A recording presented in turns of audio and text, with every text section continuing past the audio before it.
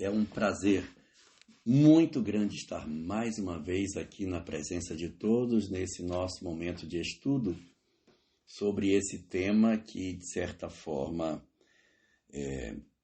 remete às nossas emoções a uma conexão mais clara com a lei de causa e efeito.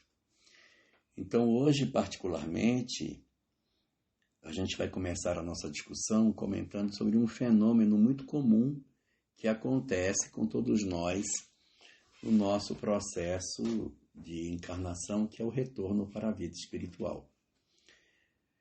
E uma leitura atenciosa daquilo que as obras doutrinárias nos falam, nos são capazes de dizer que quando a gente desencarna, a gente experimenta, via de regra, 5 sustos depois da morte. São 5 sustos que a gente vai tomar quando retorna para o mundo espiritual. O primeiro dos sustos, evidentemente, o primeiro deles e o mais impactante, é a descoberta que a vida continua. Embora essa seja a frase religiosa mais repetida ao longo da história da humanidade, porque ela é mais dita do que a ideia da existência de um Criador, uma vez que nós temos várias doutrinas politeístas e que falam de vários deuses e temos notícias monoteístas, a informação de que a vida continua ela é mais frequente do que a própria existência de um único Criador. Ela surge com o próprio homem sob a face do planeta e, embora a gente já tenha vivido isso diversas vezes, já tenha encarnado e desencarnado muitas oportunidades, nós ainda assim nos ressentimos do fato de que as nossas almas, ao mergulharem no corpo físico, experimentam um processo de condicionamento psicológico,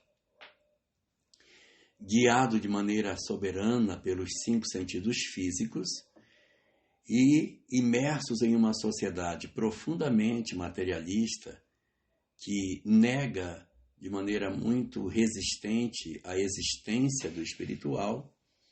Uma boa parte de nós, uma boa parte mesmo, acaba sendo cooptado por esse pensamento de que a nossa vida é somente a vida material e, por conta dessa leitura, nós terminamos por entender que, de repente, as nossas existências elas começam no berço e terminam no túmulo.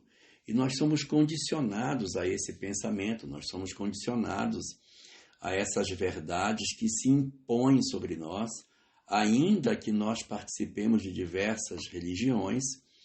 As nossas religiões, via de regra, elas são meio como que indiferentes à discussão do espiritual e se prendem muito a um mecanismo voltado para o culto exterior, com rituais, paramentos, liturgias, sacerdotes, cânticos e uma série de práticas externas, esquecendo de discutir de maneira mais efetiva o destino da criatura humana após a morte, o processo do que acontece conosco objetivamente após o desembaraço do corpo físico.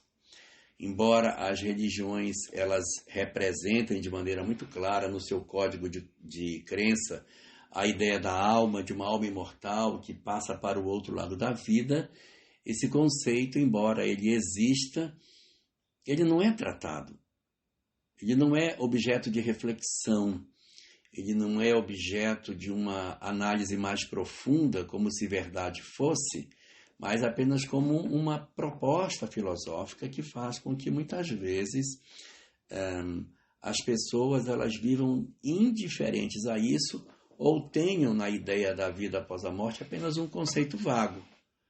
Embora a gente já tenha vivido muitas outras vezes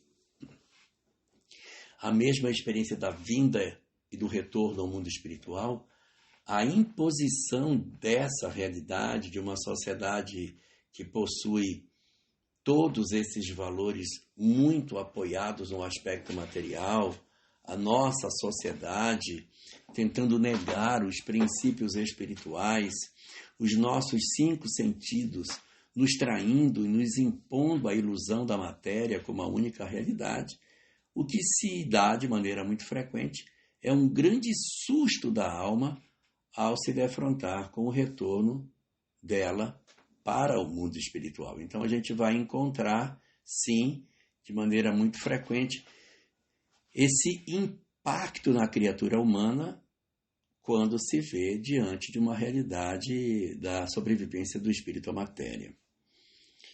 Analisando o capítulo 1 da segunda parte do livro O Céu e o Inferno, chamado O Passamento, onde Allan Kardec analisa os fenômenos da desencarnação e analisa ali um período de torpor, de perturbação que o espírito experimenta no retorno à vida corporal, Kardec designa esse capítulo da obra pelo nome de O Passamento. O passamento é a transição da vida material para a vida espiritual. É o momento do susto, desse primeiro grande susto, é o que o espírito sente nessa hora. E aí ele vai dizer, nesse texto, que existem 4 fatores que interferem nessa nossa adaptação no mundo espiritual. Ele fala que 2 fatores são fracos, um fator é médio e um fator é forte, soberano. Os 2 fatores fracos que interferem no nosso retorno à vida corporal são fruto de observações estatísticas de Kardec. E ele fala que ele observa que indivíduos que renascem e que desencarnam muito jovens têm a tendência de sentirem um impacto maior na desencarnação. Ou seja, desencarnar jovem produz um impacto maior em termos de perturbação no passamento do que aqueles que desencarnam em mais idade, porque os que desencarnam com mais idade já tiveram mais tempo para se adaptar à possibilidade do retorno. Então, desencarnar jovem influencia de maneira que Kardec observa que esses indivíduos apresentam uma maior dificuldade de adaptação. O segundo fator fraco que Kardec observa é o fator gênero da morte, em que ele diz que o gênero da morte ele vai naturalmente produzir um maior impacto nas pessoas se for uma desencarnação muito brusca, muito rápida, que não deu tempo para que o espírito reflita sobre essa realidade. Quando isso acontece e o espírito se dá conta de que ele desencarnou, nem sempre ele conseguiu organizar essa realidade dentro das suas emoções. E quando isso acontece, Kardec diz que a probabilidade de você ter uma perturbação por uma desencarnação brusca é maior do que se você tiver uma desencarnação mais lenta, em que você teve mais facilidade para se adaptar ao fenômeno da morte. Então, ali nós temos a idade e o gênero da morte como fatores que influenciam no período da perturbação, nesse primeiro susto que a gente tem. Mas esses 2 fatores, eles são fracos, tá? Ou seja, existe algo que se sobrepõe a eles. Mesmo você tendo uma desencarnação brusca como jovem, ou seja, 2 fatores fracos, existe um fator que se impõe sobre esses outros 2, que é um fator de média importância e que ele observa que diminui o período de perturbação do espírito ao chegar ao mundo espiritual. Esse terceiro fator, que seria um fator de média influência, é conhecimento espiritual. Quando você tem conhecimento espiritual, sabe que é um espírito, sabe que é uma alma imortal, sabe que vai para o mundo espiritual, sabe que depois da morte continua vivo, sabe que tem percepções que às vezes o outro não percebe, mas você percebe que você pode andar pelos lugares que andou, que você pode se comunicar com as pessoas, que os que são bons vão para um lugar bom, que os que não são bons vão para um lugar ruim, que esse local não é uma permanência eterna, mas depende da mudança interior de cada um, que os locais de sofrimento são atendidos por mentores, ou seja, se você tem conhecimento espiritual, Kardec diz, a minha observação sobre isso identifica esse fator como um fator mais forte que os outros 2. De tal sorte que alguém que seja jovem desencarna bruscamente, mas se tiver conhecimento espiritual, tem melhores condições de oferecer uma melhor condição de chegada ao mundo espiritual. Então, isso é um outro fator que também se impõe nesse mecanismo da transição. Então, como eu disse que são 4, e eu já falei de 3, 2 fracos, gênero da morte e idade, um médio, que é o conhecimento espiritual, falta falar do 4º fator de impacto no passamento, que, segundo Kardec, é a prática do bem. A prática do bem, que aparece ali nesse item e também na questão 982 do Livro dos Espíritos, vem reforçar que, majoritariamente, sobre todos os demais fatores que possam interferir nesse mecanismo de entendimento da vida, a capacidade de nós nos percebermos como almas que somos dotadas da possibilidade de fazer o bem e nos voltarmos ao bem, fazermos o bem, amarmos as pessoas, perdoarmos, não termos ódio, não guardarmos rancor, levarmos uma vida de razoável harmonia, é um fator soberano sobre os processos de perturbação. De tal sorte que, se é jovem, se é velho, se desencarnou rápido, desencarnou lento, se conhece muito ou conhece pouco de vida espiritual, se o coração é bom, se a criatura ama, se ela não tem ódio, se ela não construiu inimigos, se ela aproveitou as oportunidades para fazer o bem, ainda que os seus conhecimentos espirituais sejam pequenos, rudimentares, frágeis, não profundos, mas se o amor dominou seu coração e ela não leva para o mundo espiritual remorsos, dores, culpas, inimigos, mesmo com o desconhecimento que ela possa ter, a alma não carrega perturbações consigo das questões que deixou em aberto na existência, fazendo com que o seu processo de transição do mundo corporal para o mundo espiritual seja um mecanismo mais tranquilo pelo fator soberano que é a prática do bem, que sobrepõe-se a todos os demais e, de certa maneira, determina a condição de felicidade da criatura do lado de lá da vida. Então, o primeiro dos grandes sustos que a gente vai tomar quando a gente retorna da vida corpórea para a vida espiritual é a descoberta de que nós somos um espírito. E aí se segue um período de perturbação maior ou menor que pode durar, segundo Kardec, horas, dias, pode durar meses, pode durar anos e, segundo ele mesmo diz, pode durar décadas. A depender da capacidade do indivíduo de se melhor adaptar à nova realidade. Por isso que o conhecimento espiritual é muito importante nisso.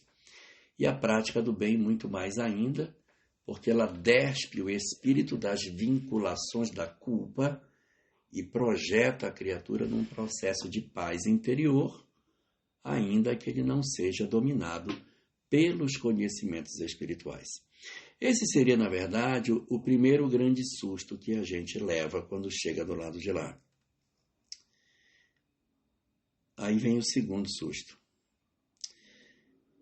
O primeiro é saber que se vive após a morte, que era verdade o que as religiões diziam, que realmente somos um espírito, que a existência terrena acabou, que talvez a gente não tenha aproveitado as oportunidades, e que tudo aquilo que durante tanto tempo se falou e que a gente entendeu que era apenas crendices, é a mais pura verdade.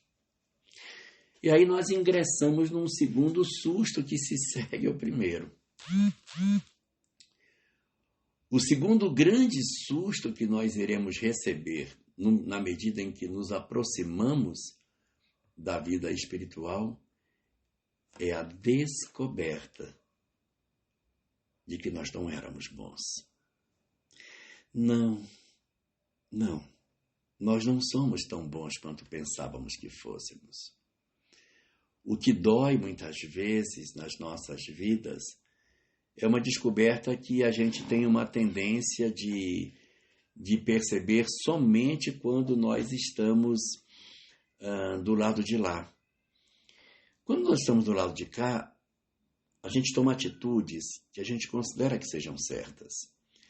E segundo a psicologia, a gente nunca toma uma atitude que acha que é errada. Nenhum de nós decide por algo que sabe que não é o correto. Todas as decisões que tomamos é porque nós achamos que é a decisão correta. A gente avalia, não, acho que é melhor tomar essa decisão. E nós só tomamos decisões corretas durante a vida.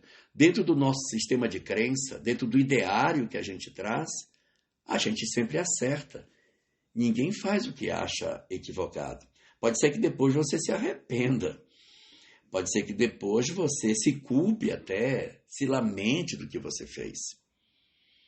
Mas quando você tomou a decisão, você avaliou com as ferramentas que tinha e decidiu que aquela era a melhor decisão a ser tomada no cenário em que você se encontrava. Então aí a gente se veste com a capa da certeza das nossas verdades e atravessa uma existência inteira afrontando os que pensam diferente de nós, confrontando as pessoas e acreditando que as nossas verdades são as verdades mais verdadeiras que existem. E quando nós desencarnamos e que nós nos defrontamos com a vida espiritual, nós vamos rever esse conjunto de verdades. Não imediatamente, não instantaneamente, mas quando a gente volta para o mundo espiritual, ainda que a gente passe por um período de reflexão, um período ainda de muita perturbação e até de crença de que estamos certos, porque se todo mundo mudasse de postura logo após a desencarnação, não haveria obsessão, né? Os obsessores transporiam a fronteira da morte e imediatamente se tornariam espíritos bons. Se existe a obsessão é porque, por um tempo, eu ainda acredito que as minhas verdades equivocadas são as mais corretas. Mas haverá um momento em que o espírito, ele naturalmente vai experimentar um processo de revisão de conceito. E vai perceber que aquilo que ele acreditou, as verdades que ele defendeu, o sistema de crença no qual ele se apoiou durante toda a existência, nem sempre era o mais verdadeiro. Nem sempre era o mais correto. E isso pode produzir nas pessoas uma sensação de frustração absurda, porque eu vou descobrir que eu plantei minhas sementes no terreno errado. Eu vou perceber que eu valorizei aquilo que não era o mais adequado para ser feito. E isso produz no espírito uma sensação de fracasso, um abatimento moral, uma tristeza profunda, mas profunda na criatura, que o afasta da felicidade. Não é Deus que vai pegar a criatura e vai apartá-lo da felicidade. É o próprio indivíduo que, nas reflexões que faz, ele chega à conclusão que o que ele fez na crença de que estava quase estava errado. Porque ele achou que a vida era matéria, ele se vestiu com a ilusão cegou a criatura, ele levou a vida na direção completamente errada, ele desencarnou, se deparou com uma realidade que ele deveria ter prestado atenção, porque as religiões todas acenavam para ele sobre isso, e ao se defrontar com isso, ele experimenta um sofrimento que é um sofrimento que vem da profundeza do ser, da porção mais profunda da nossa alma, do amargor de nós não termos cumprido com aquilo que a gente deveria ter feito. Descoberta disso gera sofrimento. A partir desse momento, da tomada de percepção de que nós não éramos tão bons quanto a gente pensou que fosse, o espírito começa a ter um desconforto com a situação em que ele se encontra. Esse desconforto vai produzir uma série de situações internas de culpa, de medo, de dor, de fuga, que vão dar origem a uma série de circunstâncias interiores em que o indivíduo se percebe como que culpado diante da lei. E aí a gente vai se defrontar com o terceiro susto que a gente vai ter do lado de lá. O terceiro susto que o espírito toma do lado de lá é decorrente do segundo, porque quando ele percebe que ele está errado, ele já começa a pensar o que vai acontecer com ele. Ele vai ser condenado, isso não tem dúvida. Eu fiz muita besteira, porque ele sabe as besteiras que fez, e ele fica, de certa maneira, angustiado, porque a qualquer momento ele será naturalmente levado para uma decisão de um juízo sobre a situação espiritual dele. Afinal de contas, as religiões têm por hábito falar de um julgamento após a morte. É uma coisa bem curiosa, mas o julgamento após a morte é uma cena que se repete nas várias culturas. Se a gente fosse tomar as verdades que as religiões abraçam, a gente veria que existem 4 pilares fundamentais que estão em todas as religiões. Todas as religiões dizem 4 coisas, repetem essas 4 coisas. A primeira delas diz que existe uma divindade que criou tudo quanto existe. Sim, existe um criador, ou um panteão cheio de deuses, não importa, mas existe um elenco de divindades que criou a vida, que criou o homem, que criou tudo. Segunda verdade que todas as religiões falam: o homem criado pela divindade é dotado de uma alma imortal que sobrevive à morte. Todas as religiões dizem a mesma coisa. O homem possui uma parte do seu eu, que quando vem a morte do corpo físico, essa parte espiritual se desembaraça e continua viva e não morre mais. Todas. Terceira verdade que todas as religiões falam: esse Deus que criou o homem dotado de alma imortal, esse Deus que criou o homem dotado da alma, criou uma terceira coisa chamada código de conduta. Todas as religiões têm um código de conduta. Esse código é até parecido. Fala do amor, fala da necessidade de sermos bons, com diferenças para lá e para cá, mas o código de conduta das religiões ele é muito próximo. Em que pese nós termos religiões antigas e modernas, do Oriente, do Ocidente, politeísta, monoteísta, elas têm uma convergência sobre a proposta do código de conduta, onde o amor é o eixo central desse processo de comunicação do homem com o seu Criador. E uma quarta coisa, todas as religiões têm. Diz o seguinte, que esse Criador, que criou esse homem, que criou esse código de conduta, depois da morte, essa alma imortal que está aqui, ela será julgada por esse Deus conforme o código depois da morte. Isso é comum, isso está no ideário humano. Você pega o Antigo Egito, tem uma balança, onde uma pena da deusa Maat era colocada num prato da balança, enquanto que no outro prato da balança o coração do faraó era pesado, e ele tinha que ter o coração mais leve do que a pena da deusa Maat, para que ele pudesse ingressar no panteão e viver na comunhão com os deuses. Então, nós temos essa proposta de julgamento nas várias doutrinas. Doutrinas orientais falam, depois da morte haverá um julgamento, haverá instâncias de sofrimento e instâncias de ventura. Os pagãos falavam do Hades, dos campos elíseos. Nós temos dentro do cristianismo a ideia do inferno e do céu. Na visão católica, com a instância do purgatório. Nós temos dentro do judaísmo também as ideias de sofrimento nos locais, o Sheol, que é o local de sofrimento das almas que padecem.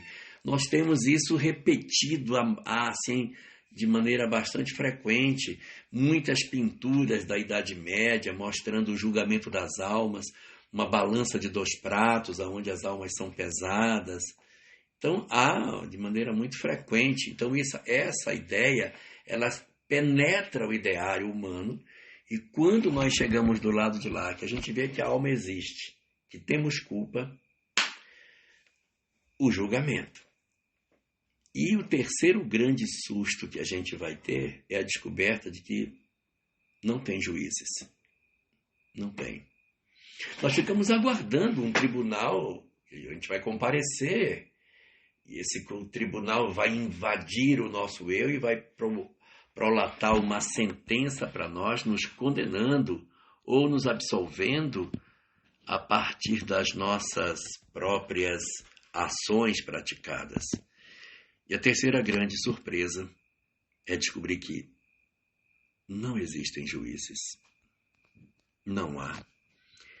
Não existe um fórum para que a gente seja levado e um corpo de juízes ali apresentem seu julgamento para nós. Quando a gente vê o julgamento egípcio, depois vocês procurem a imagem, quando o faraó está sendo levado para pesar o coração, lá em cima tem 14 deuses que estão ali para também oferecerem seu julgamento.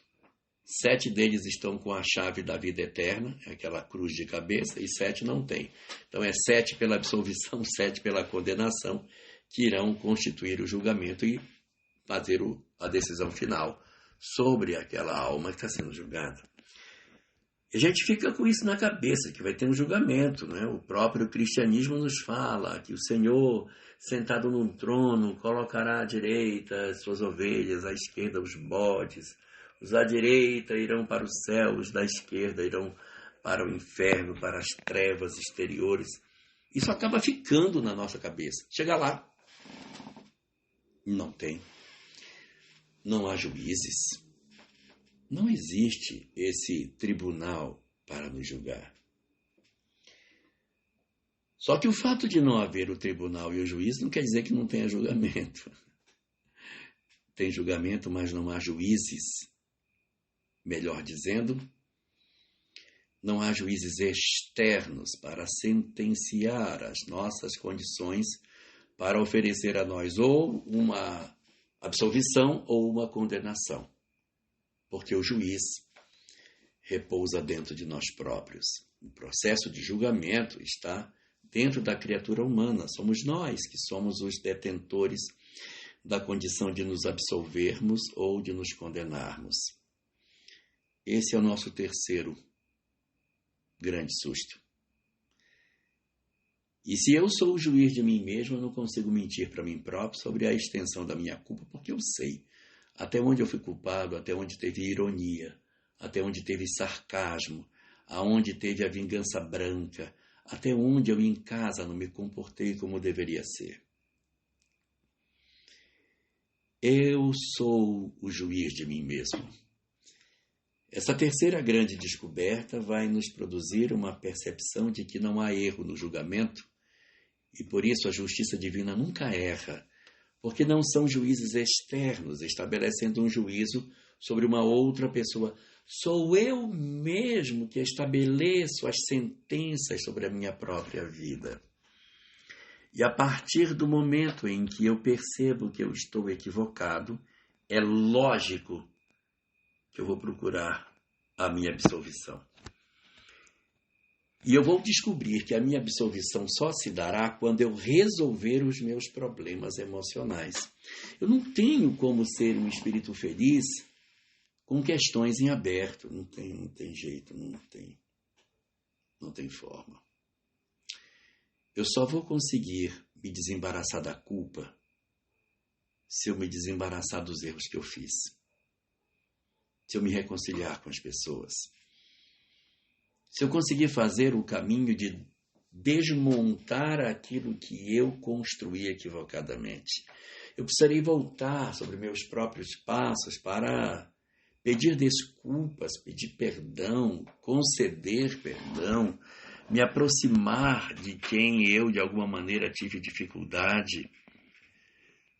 Então eu vou precisar muito de esforço para que eu consiga promover a minha absolvição.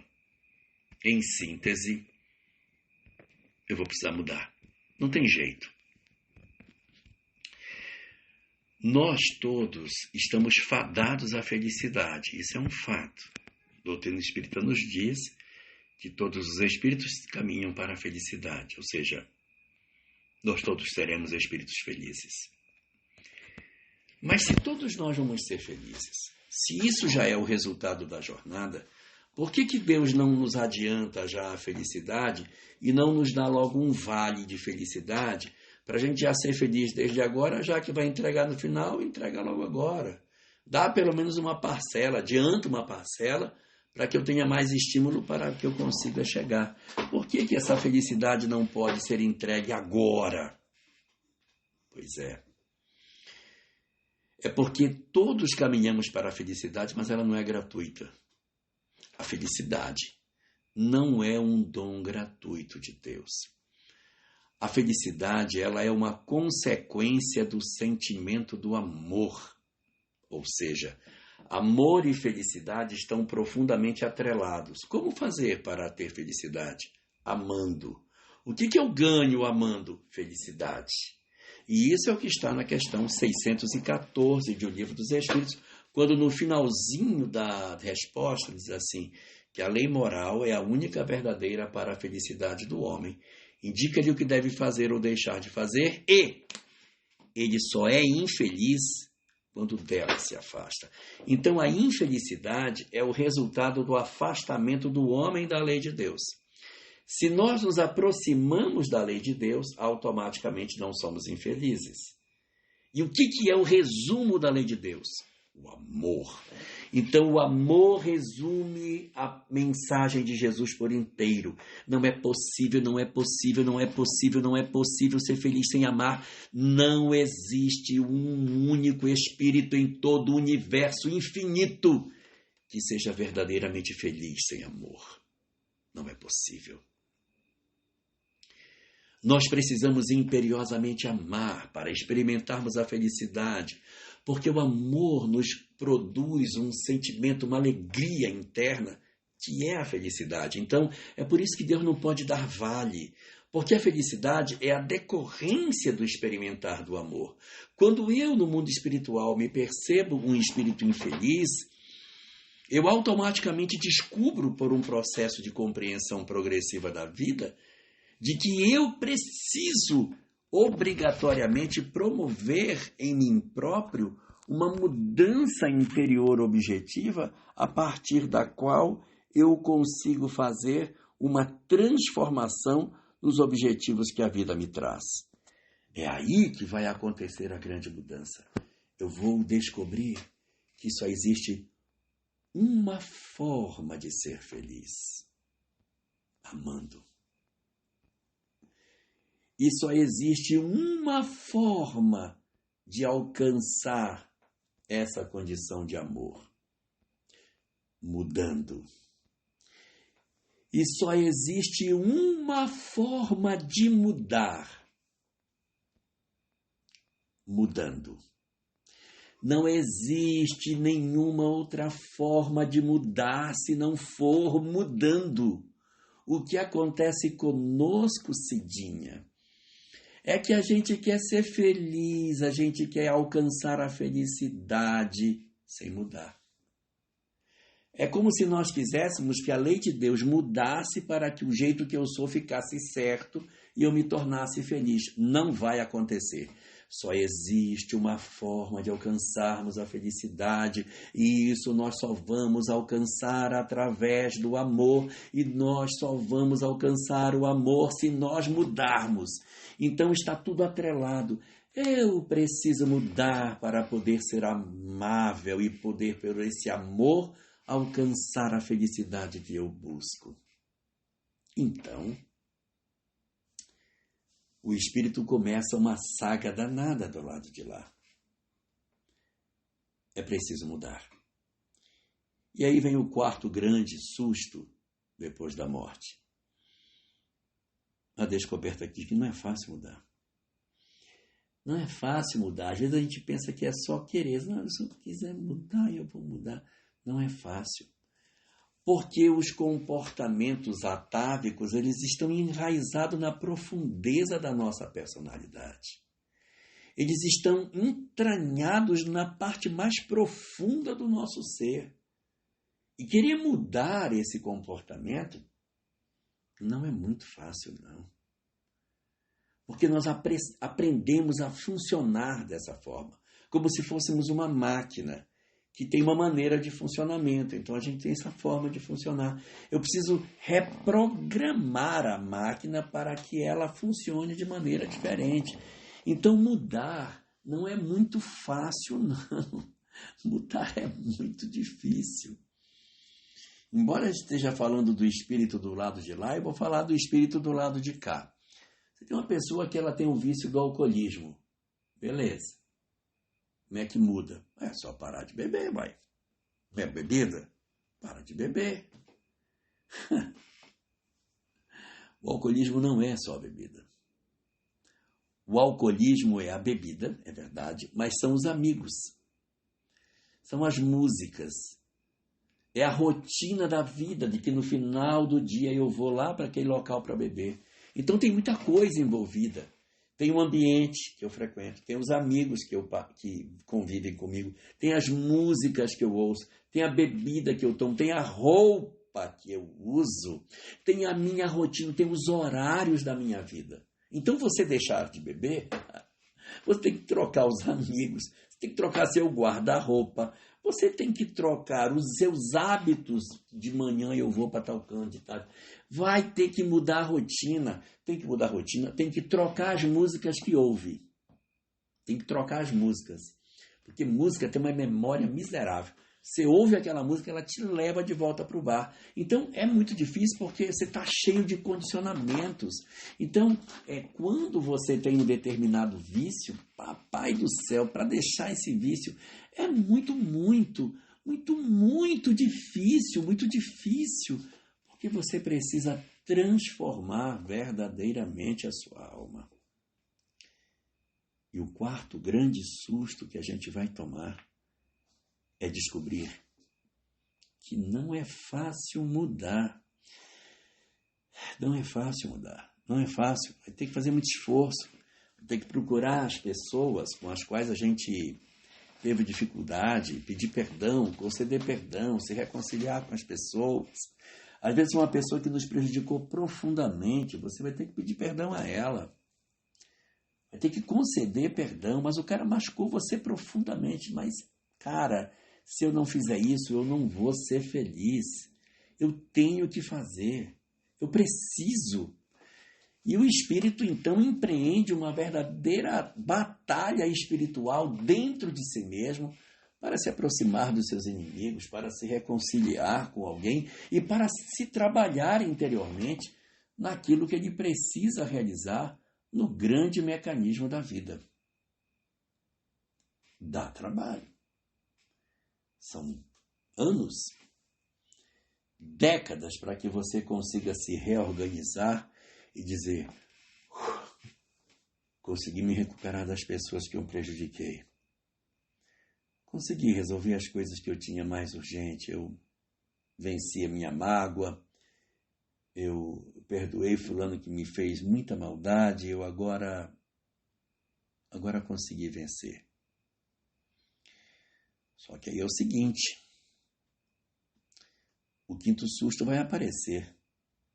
Que é o seguinte: eu penso que eu mudei, mas eu posso não ter mudado. Eu posso pensar que eu mudei, mas eu, na verdade, não fiz a mudança que eu pensei que eu tivesse feito. Para saber se eu mudei, eu preciso, na verdade, descer ao fundo do meu eu para saber o que é que reside dentro do meu coração. Porque às vezes no mundo espiritual está tudo muito certo. Porque eu vesti uma capa, a capa do ego, e com essa capa que eu vesti, eu acho que eu perdoei, eu acho que eu me transformei. Mas não tenho certeza. Ninguém tem certeza se mudou ficando só no mundo espiritual. É lógico que o mundo espiritual pode acontecer o progresso do espírito. Pode. É lógico que o mundo espiritual é o mundo verdadeiro, real e primitivo. Sim, é verdade. Mas para saber se eu mudei de fato, eu teria que abrir a alma e investigar o que tem no fundo do coração. Teria que abrir o porão psicológico das nossas almas para verificar se de fato os sentimentos que ali repousavam e que eram impeditivos da felicidade, se eles foram realmente saneados. Eu posso achar que sim, mas não aconteceu. Ou posso estar no meio do caminho. Caminhei, mas não o tanto que eu pensei que eu caminhava. Como que eu vou saber se eu verdadeiramente mudei? Como que eu vou ter a certeza absoluta de que eu verdadeiramente perdoei alguém se o ego me mascara e no mundo espiritual, de cara para a imortalidade, de cara para a vida imortal, eu vou dizer assim, não, eu perdoei sim, aí está tranquilo, não tenho mais nenhuma mágoa dessa pessoa. Isso ficou no passado, não existe mais nada. Só tem uma forma e não tem duas, de saber o que vive no fundo do eu, esquecendo o que fomos e voltando para a vida corporal. Reencarnar.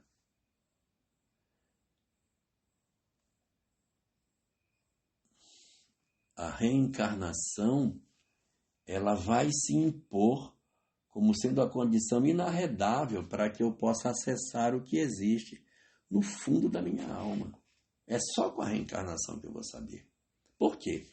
Por causa do esquecimento do passado. Então tem gente que diz assim, eu queria reencarnar, mas eu queria reencarnar sabendo do que é. Mas se for para reencarnar sabendo, fica, uai. Por que eu venho? O objetivo de vir é sofrer esse abrandamento das memórias para que eu possa fazer uma nova história. É por isso que a gente vem. O foco fundamental do mecanismo do processo reencarnatório é permitir o esquecimento do passado. É para isso que vem. A gente não vem para vir, a gente vem para esquecer. Pela possibilidade de, esquecendo, fazer uma nova história. E a gente vem esquecer 3 coisas diferentes. 3 coisas. Primeira coisa que eu venho esquecer, o mal que eu fiz aos outros. Preciso esquecer. Se eu não consigo caminhar, se eu caminhar lembrando tudo que eu fiz, eu sou a mesma vida, sou a mesma história. Ninguém vai me dar emprego, ninguém vai casar com uma pessoa que sabe que fez as coisas que já fez. Então, eu preciso esquecer o que eu fiz para que eu possa fazer uma nova história. Segunda coisa, eu preciso que eu esqueça também o que os outros fizeram para mim. Não é só esquecer o que eu fiz daqui para lá, mas é também esquecer o que os outros fizeram para que eu possa sentar na mesa para tomar café da manhã com pessoas que hoje estão na condição de meus parentes, mas que eram meus inimigos do passado, eram meus inimigos. Então eu preciso dessa oportunidade de esquecimento para que eu possa colocar no colo um filho que de repente é uma alma complicada do ontem, que eu possa ter como pai ou como mãe alguém que me abriu profundas feridas no passado. Mas família não é só laço de desafeto, né? É um local onde a gente encontra muitos amores do ontem também. Muitas almas queridas que se juntam dentro do lar, ao mesmo tempo em que, além dos laços de afeto e os laços de desafeto, uma terceira natureza de laço, que são os laços pela natureza das provas, ou seja, espíritos sem conhecimento anterior, que aportam no lar e que, juntando essa amálgama de afeto, desafeto e natureza das provas, vão formar a estrutura dos laços de família. Então, o espírito precisa renascer para poder saber se ele mudou. Precisa. Chega um ponto em que diz, eu preciso saber se eu me transformei. Eu não aguento mais a dúvida. Eu preciso ir para que eu diga, eu consegui vencer. Quer ver como eu vou vencer? Me dá como meu irmão essa pessoa tão difícil que eu já tive. Me dá como meu filho essa pessoa difícil. Me deixa vir como irmão desse que eu fui tão injusto. Então a reencarnação ela vai oferecer a chance do retorno. E aqui a gente chega no quinto grande susto. É que voltar não é fácil assim.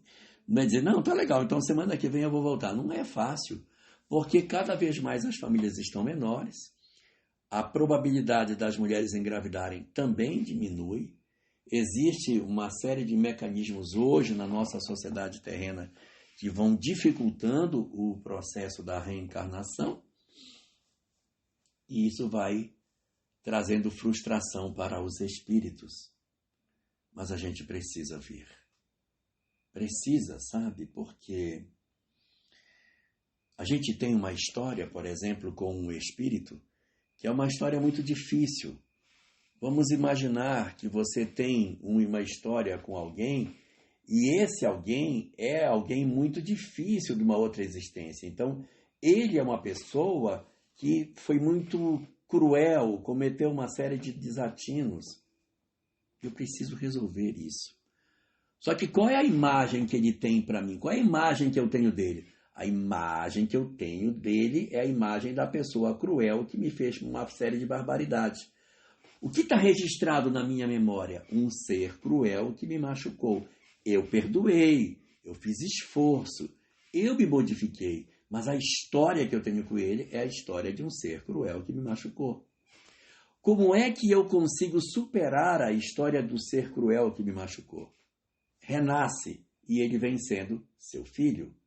Então eu tenho agora uma outra história para lembrar. Eu tenho a história dele como meu inimigo do passado, que me produziu uma série de feridas, mas pela reencarnação, eu tenho o reencontro com alguém que é também meu filho. Então, quem é esse espírito agora?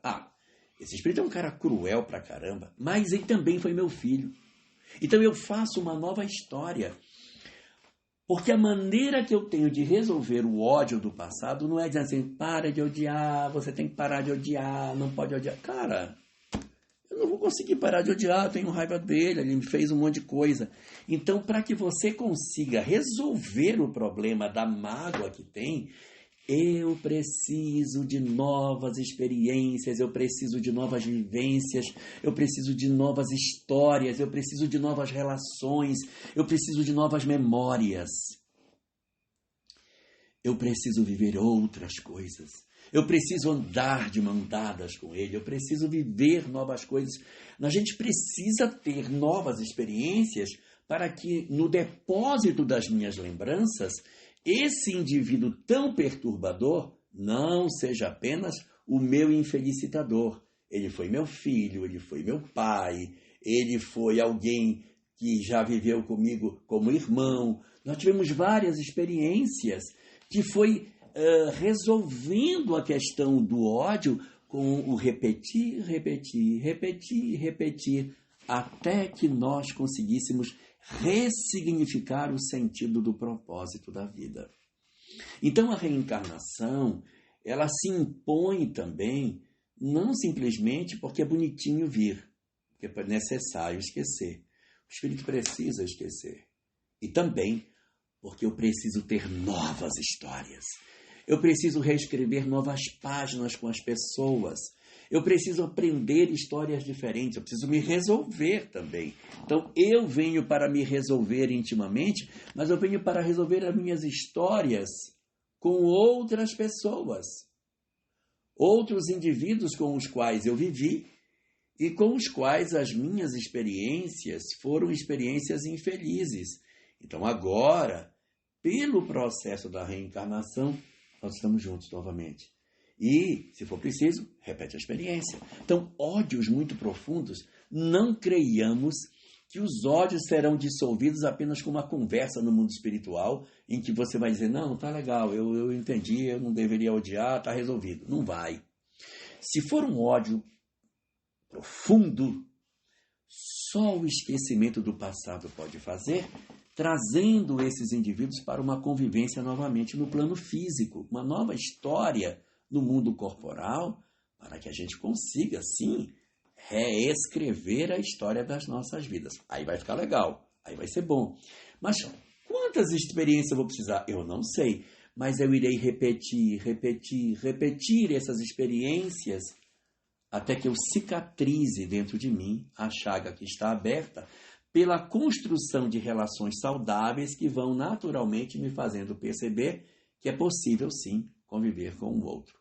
A distância que a gente vai ter que se impor até o curar de uma ferida vai demorar.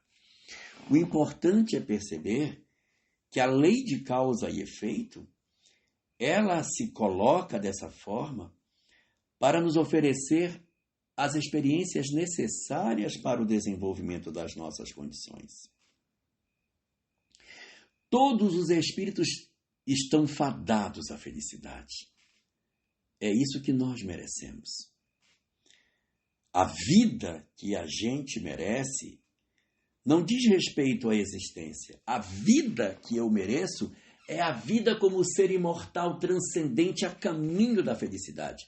Porque nós não temos várias vidas, a gente só tem uma vida com várias existências dentro. E qual é a vida que eu mereço?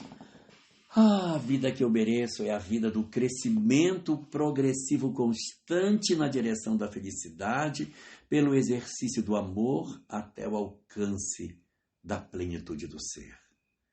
Mas para que eu alcance essa plenitude da vida, que eu tenha a vida que eu mereço, que é a vida cheia de amor, uma vida cheia de felicidade, de construções maravilhosas, porque o que nos aguarda para o amanhã são coisas extraordinariamente felizes, porque ninguém vai ficar abandonado na jornada. Ninguém, não existe nada que você possa fazer que lhe afaste do amor de Deus. Nem o suicídio, nem a loucura da promiscuidade, nem a violência, o assassínio. Não existe nada que faça Deus virar de costas para nós. Precisaremos certamente, quanto mais errarmos, mais experiências para corrigir. Mas o destino é a felicidade. A vida que mereço? A vida que mereço é uma vida linda, uma vida rica de felicidade, de uma indescritível felicidade que repousa nos corações dos que amam. Mas para alcançar, eu preciso amar.